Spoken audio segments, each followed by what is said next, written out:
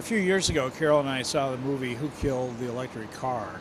And we were introduced to the idea that EVs, or electric vehicles, were manufactured by General Motors and the Ford Motor Company for use in California when they had standards that automotive companies had to meet.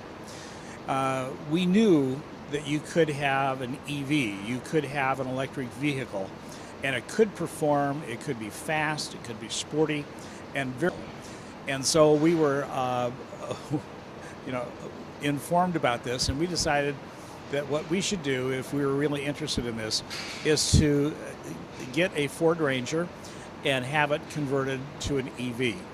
We came because of our association with Ivy Tech in the past, and knowing that they're very innovative, creative with their curriculum. We mentioned it to John Davies, and who works with Ivy Tech, and decided that even though we could probably do this ourselves within 4 weeks. Why a Ford Ranger? Ford actually had an electric Ford Ranger that they had sold, and they recalled them all, or at least most of them. So we knew that it was a proven conversion, that the Ford Ranger chassis could hold up the weight of the 24 batteries that are going inside. It has the box area underneath the truck bed to store the batteries. It was the frame was the right size for the vehicle.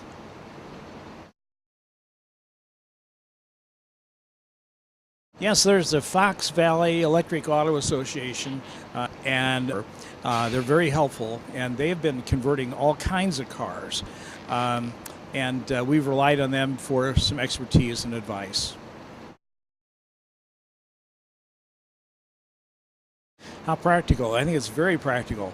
If you look at the efficiencies, the truck behind us, when they started converting it, they took out the engine, they took out the gas tank, they took out the radiator, they took out the transmission, all the things relating to an internal combustion engine. If you think about the internal combustion engine over here, you will see that there are many, many parts, and those parts wear out. Engine has to be overhauled, oil has to be changed, radiator. Vehicle, you have one moving part. You don't have the pistons, you don't have the cylinders, you have one moving part, and that's the little attenuator inside the electric motor that just goes around. So this is very efficient. It will cost about 2 cents a mile to in any household outlet overnight and recharge drive about 80 miles before you have to recharge them again. So it would probably deal with about 95% of America's driving.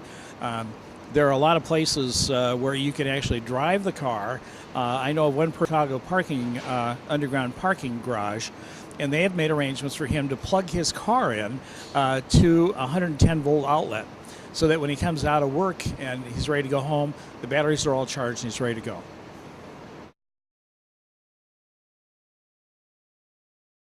Well, some people have said that every car is really electric, because when you step into your car and start it, you rely on the car. But EVs have been around long ago. Studebaker in South Bend had a whole line of electric vehicles. If you visit the Studebaker Museum in South Bend, you will see they had coupes, they had farm implement vehicles, they had trucks, they had delivery vehicles. They were all electric. And it was only until about 1923, I believe, that Studebaker EVs have been proven. They're fast, they're quiet, they're clean, and they're inexpensive.